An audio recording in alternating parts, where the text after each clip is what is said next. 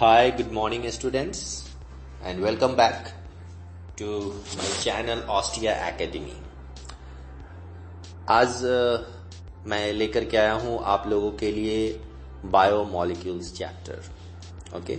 और इस चैप्टर को हम लोग कवर करेंगे and one by one section and second section में बहुत सारे इसमें मैं सेक्शन बनाऊंगा जो कि आपको स्टडी करने में काफी कंफर्टेबल हो फॉर योर कंफर्टेबल एंड इस वीडियो को इस ढंग से बनाना है कि लाइन बाय लाइन आपको हर एक सेंटेंस समझ में आए, एक एक वर्ड समझ में आए, उसके एग्जाम्पल समझ में आए, ओके। तो ये जो चैप्टर है वो बायोमोलिक्यूल्स चैप्टर है जो कि आपको केमिस्ट्री में भी पढ़ना है और 11th बायोलॉजी में भी आपको पढ़ना है, 11th के बायोलॉजी में भी इसे पढ़ना है। तो let's start today chapter and today topic is molecules of the cell. A cell is made up of over 5,000 chemicals. The structure and function of different cell constituents are interplay of their constituent chemicals, their arrangement and properties. Okay? तो इसमें कहने का मतलब है कि एक जो cell है, जो एक सेल होता है उसमें मोर देन ओवर 5,000 केमिकल्स मिले होते हैं, उसमें मौजूद होते हैं। उसका जो स्ट्रक्चर, जो फंक्शन है वो डिफरेंट सेल में डिफरेंट हो सकते हैं, उसका फंक्शन डिफरेंट हो सकता है क्योंकि डिफरेंट ऑर्गेनिज्म का जो सेल स्ट्रक्चर है वो वैरी करता है, किसमें कितने साइटोप्लाज्म है, किनका सेल शेप कैसा है, साइज कितना बड़ा है, तो उस पे उसका अरेंजमेंट कैसा है, उसकी प्रॉपर्टीज कैसी है, इस पे सेल का जो बायोमोलिक्यूल्स है वो डिपेंड करता है, ठीक ना।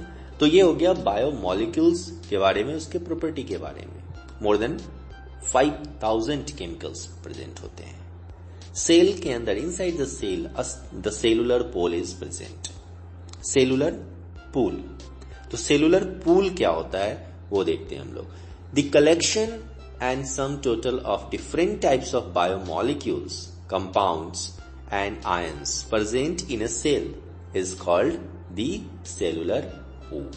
Okay, cellular pool. Pool like जिसमें बहुत सारे केमिकल्स रखे होंगे, जस्ट लाइक स्विमिंग पूल। तो स्विमिंग पूल में क्या होता है, वाटर होता है। उसी तरह ये है सेलुलर पूल। जिस सेलुलर पूल में मैट्रिक्स के फॉर्म में जो है वह केमिकल मौजूद हो, टोटल बायोमोलिक्यूल्स उसमें प्रेजेंट हो, उसके कंपाउंड्स प्रेजेंट हो, आयंस प्रेजेंट हो, तो उसको हम लोग सेलुलर पूल कंसीडर करते हैं, ओके।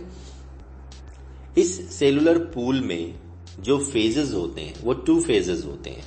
एक एक्वस फॉर्म में रहेंगे और दूसरे नॉन एक्वस फॉर्म में वो बायोमोलिक्यूल्स कंपाउंड जो है वो प्रेजेंट रहेंगे, ओके।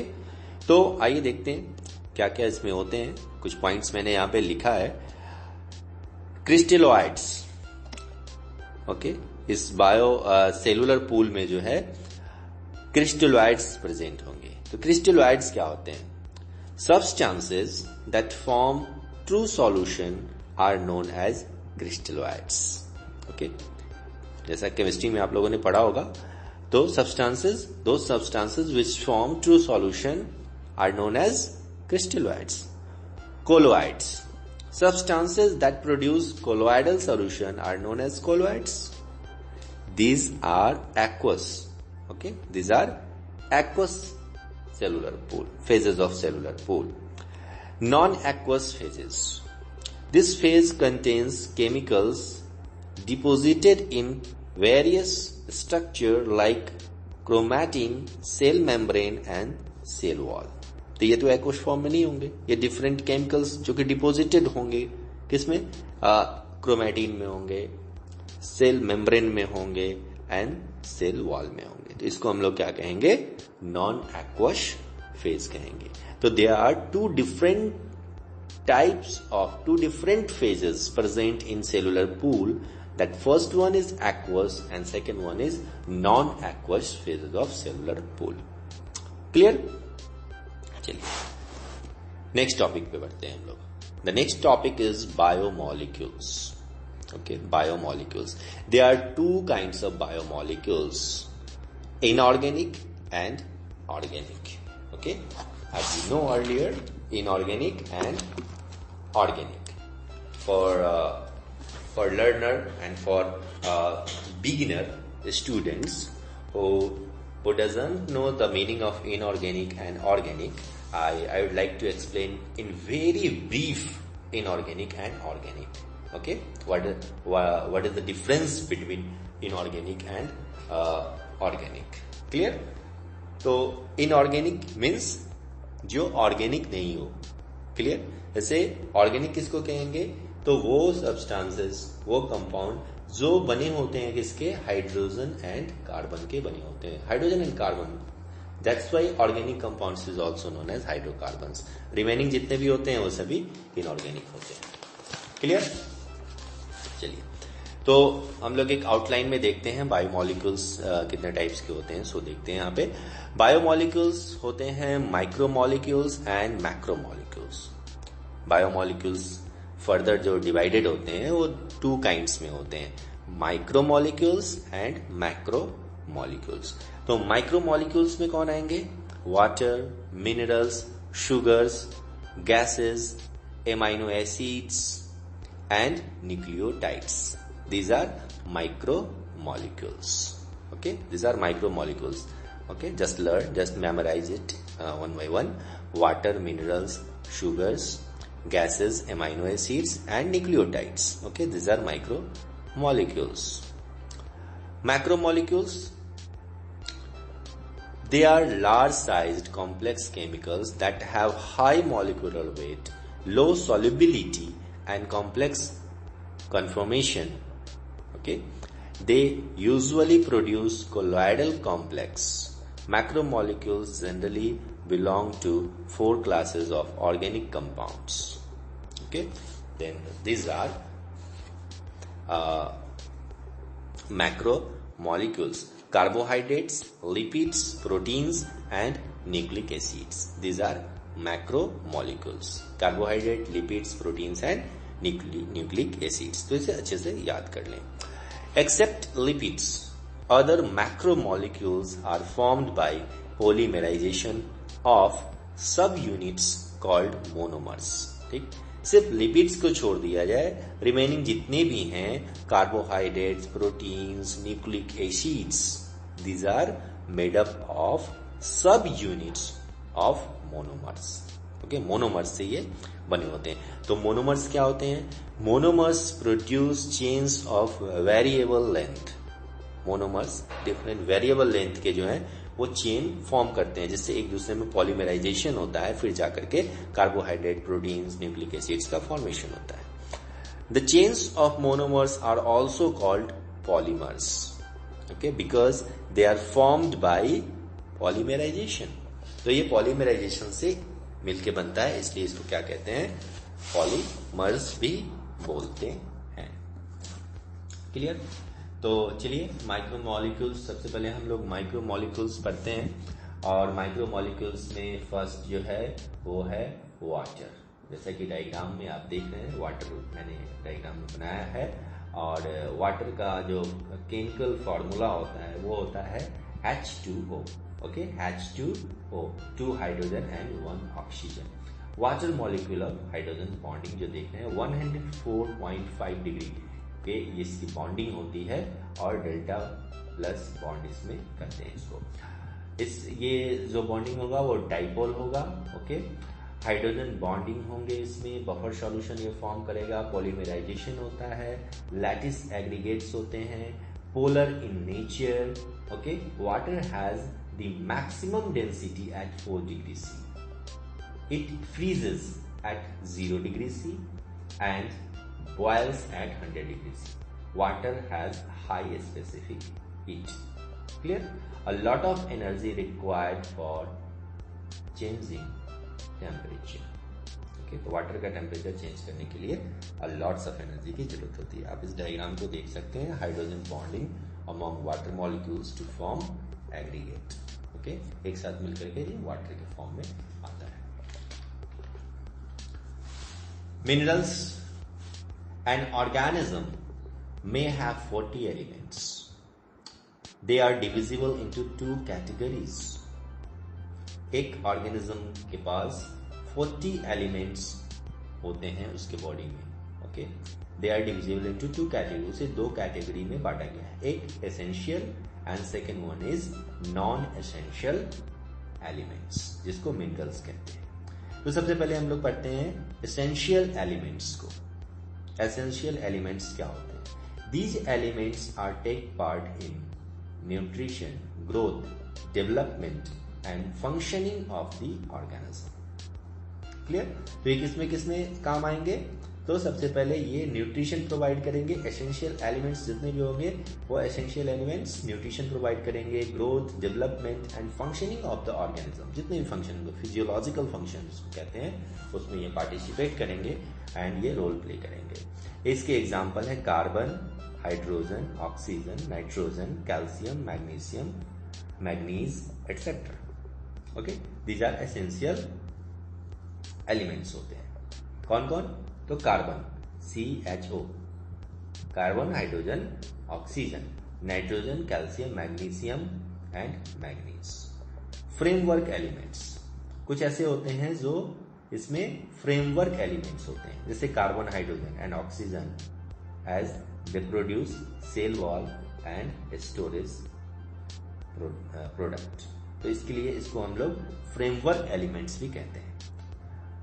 प्रोटोप्लाज्मिक एलिमेंट्स, प्रोटोप्लाज्मिक, जो प्रोटोप्लाज्म में प्रेजेंट होंगे उसको प्रोटोप्लाज्मिक एलिमेंट्स कहते हैं. जैसे carbon, hydrogen, oxygen, nitrogen, sulphur and phosphorus are called protoplasmic elements as they form protoplasmic और organic substances like proteins, nucleic acids, etc. Okay, so these are the essential elements. A non-essential element is the one that is not involved in metabolism, structure or functioning of the organism. Example, bromine. तो bromine जो होते हैं वो non-essential elements होते हैं. Plants have only 17 essential elements while animals have 25 to 27 essential elements. Clear? जैसा कि note में मैंने लिखा है, प्लांट्स के पास सिर्फ 17 एसेंशियल एलिमेंट्स होते हैं, बट एनिमल को 25 टू 27 एसेंशियल एलिमेंट्स की जरूरत पड़ती है. अब इस मिनरल्स में देखते हैं तो मेजर मिनरल्स कौन है और माइनर मिनरल्स कौन है. Major minerals calcium, magnesium, phosphorus, sodium, chlorine and sulphur. These are major minerals. Minor minerals ICC short में आप कह सकते हो. Iron, copper, cobalt. Iron, copper, cobalt. Okay, ये हो गए आयरन, कॉपर, कोबाल्ट. उसके बाद MMZ भी कह सकते हैं आप. Magnesium, molybdenum and zinc and fish FIS, fluorine, iodine and selenium. These are the minor minerals. Clear? Ultra trace minerals. Ultra trace काफी कम जरूरत हो जिसकी, बिल्कुल ट्रेस अमाउंट में जिसकी जरूरत हो उसको अल्ट्रा ट्रेस मिनरल्स बोलते हैं. Minerals required in extremely low concentration are known as ultra trace minerals. Minerals जिसकी रिक्वायरमेंट एक्सट्रीमली लो कॉन्सेंट्रेशन, काफी लो कॉन्सेंट्रेशन की जरूरत होगी. As for example silicon, vanadium, aluminium, boron, chromium and tin. These are the ultra trace minerals. Okay, minerals are found as part of the cellular structure. Biologically active substances, enzyme activates and several other functions. The minerals are found as a part of cellular structure. Cellular structure में present रहेंगे, protoplasm में present रहेंगे, active substance के form में present रहेंगे, enzyme के form में present रह सकते हैं. ओके, और ये सेलुलर एक्टिविटी को परफॉर्म करते रहते हैं. Minerals as part of cellular structure. कुछ मिनरल्स हैं जो कि सेलुलर स्ट्रक्चर में पार्टिसिपेट करते हैं. It acts as a coats of different outer coverage of organism. Teeth are made up of hydroxy apatite और 3 हाइड्रोक्सी एपेटाइट जिसको कहते हैं calcium phosphate 3 calcium phosphate and calcium hydroxide, इसको हाइड्रोक्सी एपेटाइट कहते हैं। आप इसको अंडरलाइन कर सकते हैं और याद कर सकते हैं, हाइड्रोक्सी एपेटाइट, जो कि टीथ में मौजूद होते हैं। टीथ जिससे बना होता है, कैल्शियम फॉस्फेट कहते हैं इसके। As calcium fluoride it occurs in bones and teeth. Calcium fluoride के फॉर्म में ये बोन एंड टीथ में प्रेजेंट होगा। कौन? Minerals. Fluoride prevents dental caries, और फ्लोराइड जो है वो डेंटल कैरीज को प्रिवेंट करता है, डेंटल कैरी होने से बचाता है। Magnesium provides rigidity to the bones and teeth. अब रिजिडिटी, बोन को रिजिडिटी जो कठोरता है वो कौन प्रदान करता है? Who give? Okay, then magnesium जो है वो प्रोवाइड करता है। It is known that magnetite helps in navigation in many birds, bees and even some bacteria. अब जो मैग्नेटाइट है वो बर्ड्स में, बीज में वो नेविगेशन प्रोवाइड करता है। इसके कारण देखते हो आपकी बर्ड्स, बीज उतने काफी झुंड में भी चलते हैं तो एक दूसरे से टकराते नहीं है और अपने लोकेशन पे, डेस्टिनेशन पे पहुंच जाते हैं। Silica occurs in cell wall of grasses. Grasses में जो सिलिका मौजूद होते हैं, प्रेजेंट होते हैं। Silicon provides stiffness as well as roughness. इसके कारण रफनेस एंड स्टीफनेस उसमें प्रेजेंट होते हैं grasses. Phosphorus is a constituent of nucleotides and nucleosides polymers to form nucleic acids. Nucleic acids में phosphorus as a mineral present होता है, जिसके कारण न्यूक्लियोटाइड एंड न्यूक्लियोसाइड का फॉर्मेशन होता है। Clear? Minerals as parts of biologically active substance. अब देखते हैं तो बायोलॉजिकली एक्टिव सब्सटेंस कौन से मिनरल्स है जो कि पार्ट इसमें परफॉर्म करते हैं। Plant pigment chlorophyll has magnesium in its porphyrin ring. Porphyrin ring जो कि क्लोरोफिल में होता है उसमें वो मैग्नीशियम का बना होता है। Iron combines with porphyrin, okay, porphyrin so form haem, जिसके कारण हीम बनता है। Okay, it is a constituents of haemoglobin. कौन? आयरन। रेस्पिरेटरी पिगमेंट जिसको बोलते हैं। मायोग्लोबिन, मायोग्लोबिन मसल में आप लोगों ने पढ़ा है, found in muscle. Cytochrome function as electron carriers in both photosynthesis and respiration. Cytochrome ये दोनों पिगमेंट होते हैं जो दोनों में मौजूद होते हैं। ओके, तो इसमें मौजूद होंगे iron. Magnesium takes part in association and dissociation of the two sub units of ribosomes. अब मैग्नीशियम का देखिए, मैग्नीशियम का कितना फंक्शन है यहाँ पे। Magnesium takes part in association, जब सब यूनिट्स बनते हैं राइबोसोम्स के, जैसे कि 70S type and 80S type, उसमें दो यूनिट, दो सेडबर्ग यूनिट का एसोसिएशन एंड डिसोसिएशन होता है। तो उस समय जो मिनरल वहां पे काम करता है, वर्क करता है, वो मैग्नीशियम है, जिसके कारण ये फंक्शन जो होते हैं, ये फिजियोलॉजिकल फंक्शन परफॉर्म होते हैं। Calcium is essential for blood clotting. Okay, calcium जो है ब्लड क्लॉटिंग में काफी एसेंशियल होता है। Minerals as enzyme activator. Minerals, कुछ मिनरल्स जो होते हैं वो एंजाइम एक्टिवेटर होते हैं। Some minerals are constituents of enzymes. मोलिबेडेनम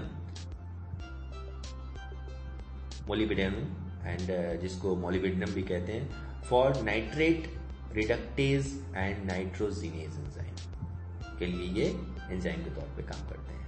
iron nitrogenase, okay, nitrogenase and peroxidase of ferredoxin, ferredoxin में ये प्रेजेंट रहता है। Copper cytochrome oxidase, ribulose, biphosphate and carboxylase enzyme में ये प्रेजेंट रहेंगे। अ नंबर ऑफ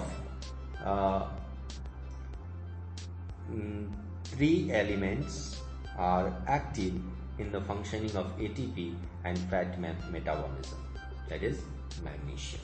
इसको मैग्नीशियम बोलते हैं। Manganese is activator of enzymes connected with synthesis of glycoproteins and oligosaccharides। जैसे कि आप पढ़ेंगे ये दोनों glycoproteins and oligosaccharides के बारे में। Zinc is activator of enzymes connected with synthesis of RNA, carbonic anhydrase and carbohydrase metabolism. Okay, इसमें ये प्रेजेंट रहेंगे। Iron and copper are required for the functioning of enzymes connected with chlorophyll synthesis. Iron copper ये दोनों chlorophyll pigment के लिए काफी important होते हैं। Cobalt present in B12, vitamin B12 is essential for RBC formation, जो कि आरबीसी के फॉर्मेशन में काफी हेल्प करते हैं। डाइबेसिक फॉस्फेट, इसको HPO4 बोलते हैं, and monobasic H2PO4 monobasic phosphate for buffer solution में ये हेल्प करते हैं। Potassium ion fluxes govern movements of stomata and movement of variations in several plants including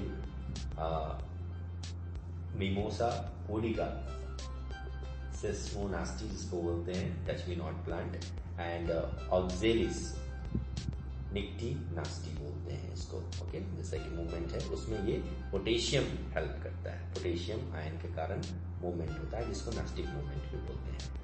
कुछ स्पेसिफिक मिनरल्स होते हैं जिसमें एक एग्जांपल है स्पेसिफिक मिनरल का, वो है sulphur. Okay, sulphur. The major sources of sulphur are crucifers and animals proteins में मौजूद होते हैं। Crucifers cause iodine deficiency. Okay, तो सल्फर के कारण जो है आयोडीन डेफिशिएंसी नहीं होती है, इसके लिए क्रूसीफर्स को खाना जरूरी होता है। क्रूसीफर्स वेजिटेबल्स होते हैं और ये family it includes in a family Brassicaceae, जिसके कुछ एग्जांपल है cauliflower, cabbage, turnip, radish, broccoli. Okay, these are the example of crucifers, जैसा कि आपको याद है। तो देखा आपने अभी तक इसमें बायोमोलिक्यूल्स में आपने पढ़ा बहुत कुछ। ओके, एंड इस बायोमोलिक्यूल्स में आप लोगों ने पढ़ा और अच्छे से आई थिंक इस वीडियो को आप देखें और बार बार प्रैक्टिस करें और इससे बेस्ट क्वेश्चन बनाएं। नेक्स्ट वीडियो में हम लोग नेक्स्ट टॉपिक पे डिस्कस करेंगे। तब तक के लिए बाय बाय, थैंक यू।